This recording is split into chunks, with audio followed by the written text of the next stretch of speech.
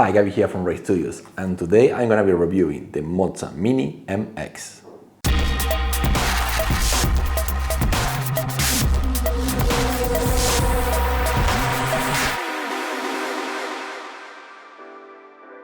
So first, let's get it out of the box.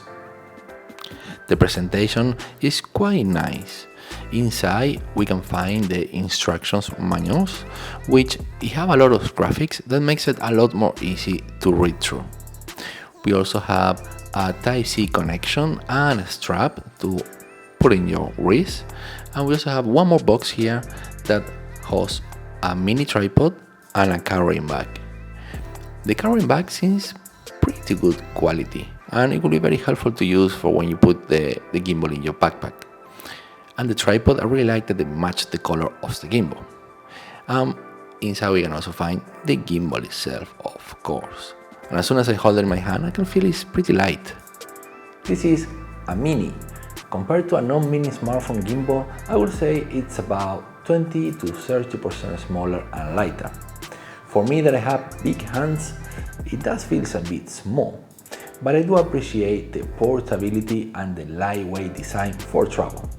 Even though it's small, they did make enough space to accommodate a joystick, 3 buttons, a rear trigger, and a big battery that can last up to 24 hours. Very impressive. You could put it in your pocket, but it might be a bit bulky. Besides being small, it's also foldable, and when it's folded, all motors can be locked into place, which is ideal for transportation. Don't let its size fool you.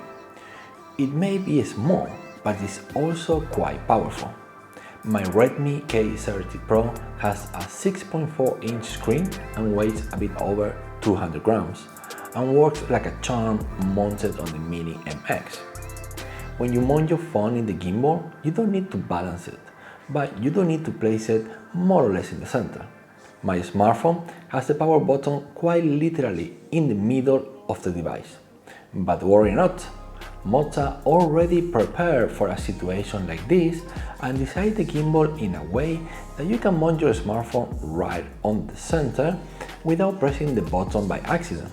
You don't really need to use the app to use this gimbal with your smartphone, but when you do, you can get some pretty cool features. Downloading the app was easy, but it took me a few tries to register, and if you don't register, you can access the app. The user interface is rather simple and intuitive, a bit more oriented towards beginners. Before we jump into the cool stuff, let's talk about a few things missing in the app. There is no 8K, even though my phone can shoot 8K video. I assume a firmware update or app update could fix that. There was also no 24 frames per second or fully manual settings, and no matter how much I tried, I couldn't successfully connect to a Bluetooth microphone. Now, the good. The app is very stable and reliable. It connects in a breeze. The tracking is pretty decent, and gesture controls are kind of cool. There's also some themes that can help you create stunning videos. Very helpful for beginners. When it comes to the stabilization, which is the most important aspect of this product, I could say that it did work pretty good. But don't take my word for it. Let's go outside and test it out. I'm here with Tatiana, and the reason she's here is because she is gonna help me test the gimbal. And the reason for that, well, it's because I've been a filmmaker for quite a few years, and to be honest, I'm really good with gimbals. I practice a lot. I even buy my shoes like with a very soft sole, so I can walk like a ninja. So I'm really good with gimbals. I can make any gimbal looks good. So that wouldn't be a good test. I will make it look good, so it's not fair. But she, on the other hand, she didn't even know what a gimbal was till like what, 5 minutes ago, right? Yeah. She thought it was a dish. She wanted to eat it. So no, this is a gimbal. By the way, in the way here, she was all the time like, please teach me before the video. So like, no, that's cheating. She had no idea how to use a gimbal. You never used a gimbal before, right? Yes. Ever? Yes. This is gonna be your first time. First time. Let's try that out.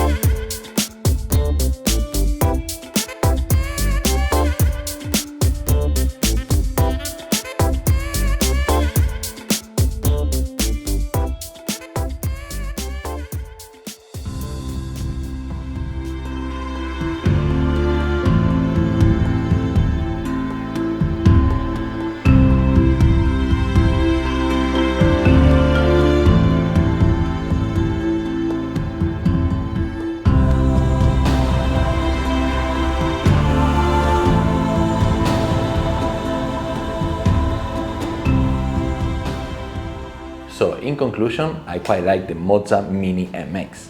I think it's aimed at beginners, even though it can be also used by a pro. If I have a professional video shooting, it's likely I'll bring one of these bad boys.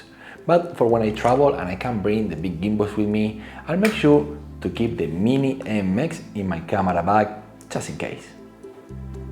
I hope you guys enjoyed this review, and if you do, make sure to subscribe to the channel if you haven't yet, and I'll catch you up on the next video.